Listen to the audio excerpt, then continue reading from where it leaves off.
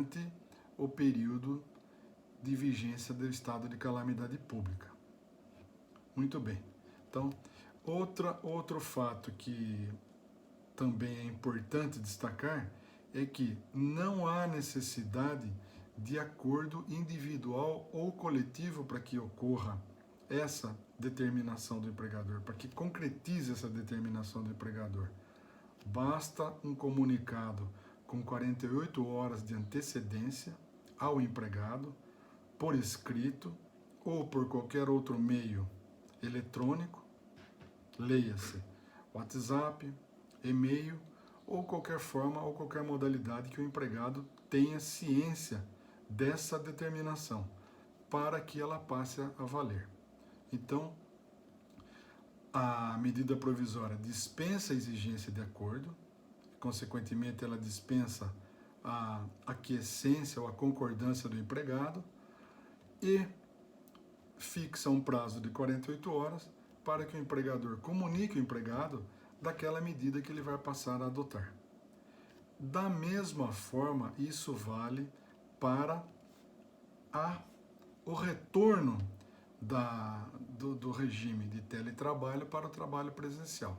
Ou seja, o empregador pode determinar ao empregado que ele retorne ao trabalho na forma presencial, independentemente também da vontade do empregado. Ou seja, não há necessidade de consultar o empregado para que venha a ocorrer essa alteração no contrato.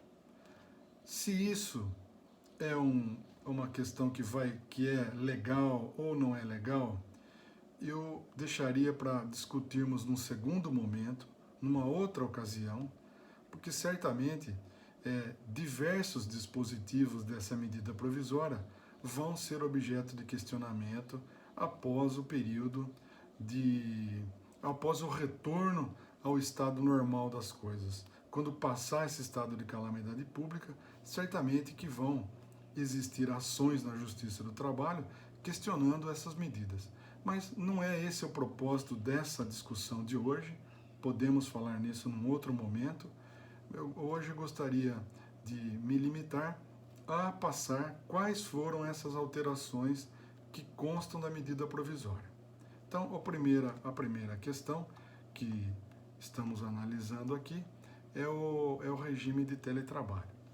É importante também dizer em relação à questão do teletrabalho que, muito embora ele dispense a forma de contrato, né, dispense a exigência de contrato para a implantação do sistema ou para a implantação do regime de teletrabalho, quando a situação envolver o fornecimento de equipamentos, de infraestrutura por parte do empregador para o empregado, ou quando essas questões forem discutidas sobre de que forma que vai se operar esse regime de teletrabalho, aí sim a medida provisória exige a formalização dessa negociação através de um contrato escrito entre as partes e onde vão estar previstas todas essas exigências e todas essas obrigações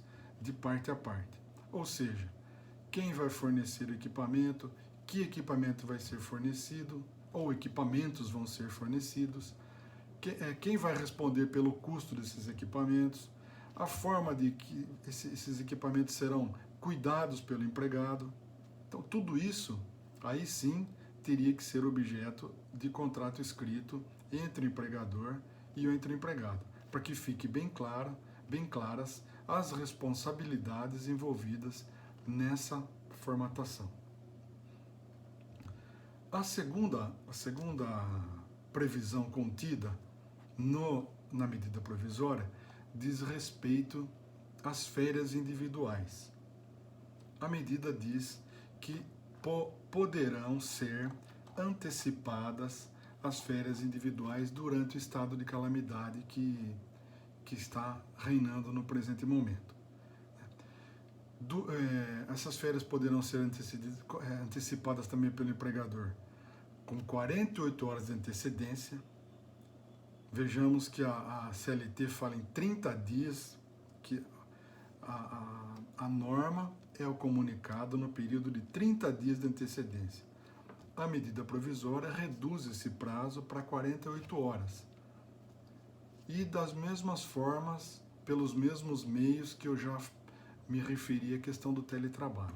Ou seja, meio eletrônico ou por escrito, de forma que que o empregado venha ter ciência desse comunicado aí. Essas férias não poderão ser gozadas em períodos inferiores a 5 dias corridos e poderão ser concedidas ainda que o período aquisitivo não tenha se completado.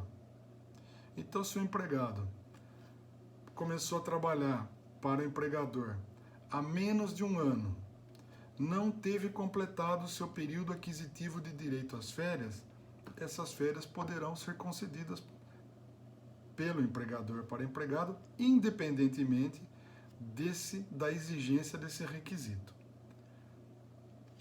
Essa concessão de férias também poderá ser feita através de acordo individual, aí sim exige o acordo escrito, e as partes poderão negociar, inclusive, períodos futuros de férias.